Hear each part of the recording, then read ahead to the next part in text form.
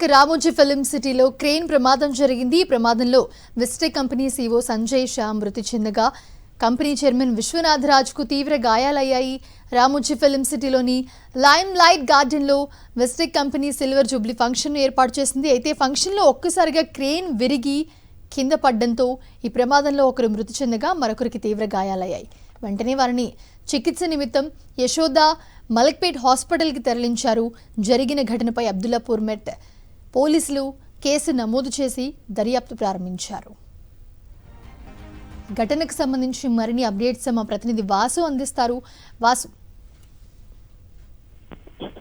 మోనిషా, నిన్న రాత్రి రామోజీ ఫిల్మ్ సిటీలో జరిగేటట్టు ఒక కంపెనీ ప్రైవేట్ కార్యక్రమంలో కూడా ట్రైన్ వైర్లు తెగిపడి కూడా ఆ కంపెనీ సీఈఓ చనిపోయిన పరిస్థితి. ఆ కంపెనీ చైర్మన్ ప్రస్తుతం ప్రాణాపాయ స్థితిలో యశోద ఆసుపత్రిలో చికిత్స పొందుతా ఉన్నారు.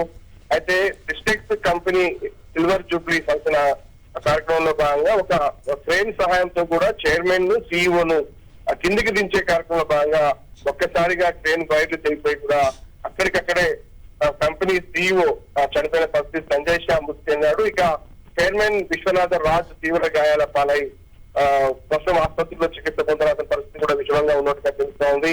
అబ్దుల్లాపూర్ మెట్ పోలీసులు కేసు నమోదు చేస్తున్న దర్యాప్తున్నారు.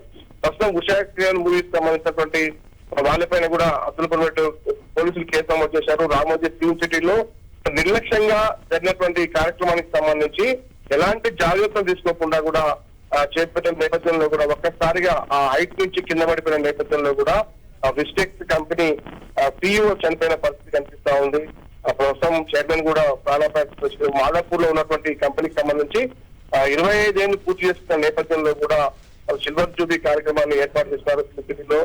అయితే ఫిల్మ్ సిటీలో ఉన్నటువంటి ఒక గార్డెన్ లో జరుగుతున్న కార్యక్రమంలో కూడా ఇది ఒక చోటు చేసుకుంది. మొత్తం మీద విషాద ఛాయలు అందుకున్నాయి. వందలాది మంది ఎంప్లాయీస్ ముందు 25 ఏళ్లు పూర్తి చేసుకున్న నేపథ్యంలో సంతోషంగా జరుపుకునే కార్యక్రమంలో ఒక్కసారిగా ట్రైన్ తీగలు తెగిపడి కళ్ళ ముందే సీఈఓ చనిపోయిన పరిస్థితి ఉంది. మాదాపూర్ కార్యాలయంలో కూడా మొత్తం విషాద ఛాయలు అందుకున్నాయి.